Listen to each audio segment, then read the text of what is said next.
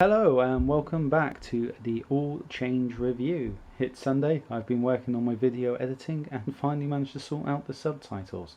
So make sure your woggle is straight, as today we are going to be reviewing the 2007 commemorative 50p for the centenary of the Scout movement. So let's start with a bit of a background into the Scouts.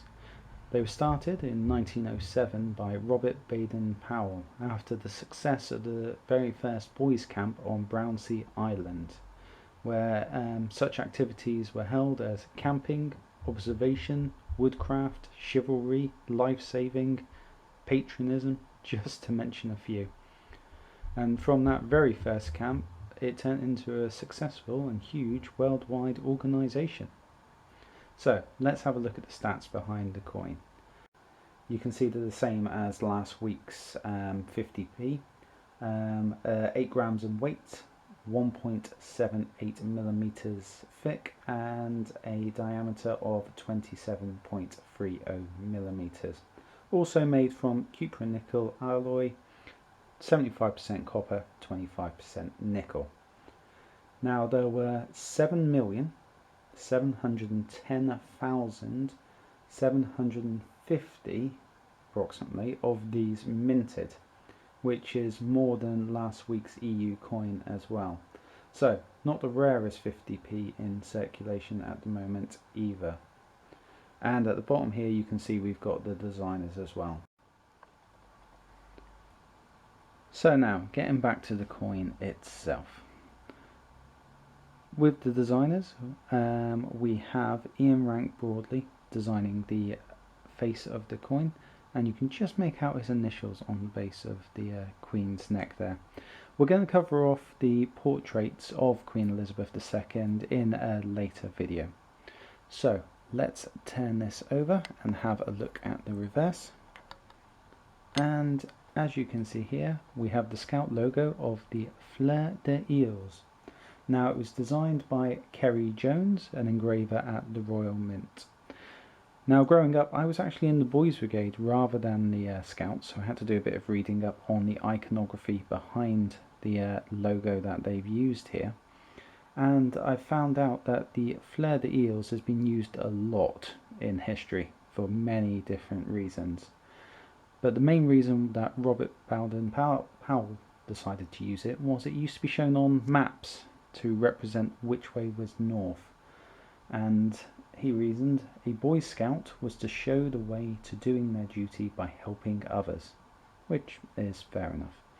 Also, it has 3 individual parts to represent their service to others, their duty to God, and the obedience to the Scout law, which were the 3 main principles of the Scout promise as well.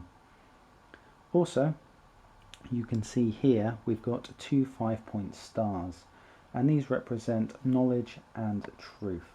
And also the reason they're on the left and right is to show that the way forward is clear, and he reasons that if you were to go left or right you could end up going back on yourself. And the bond was added to the bottom here to symbolise the family of Scouting coming together. So then behind that, on the actual coin itself, we've got the globe representing the international growth of the Scouting movement, and then to the left and right we've got the dates of the centenary as well, with 50p at the top.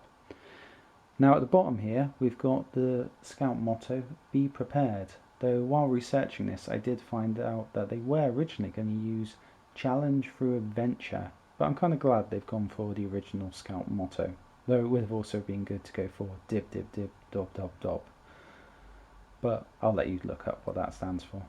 So how much would one of these get you? Well, it's 50p, that's how much it's worth, and that's how much you would get if you went into a shop and bought something.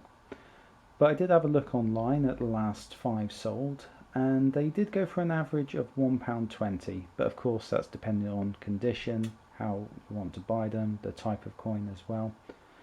But if you wanted to add this one to your collection, I'd recommend you just keep an eye out on your change for this one.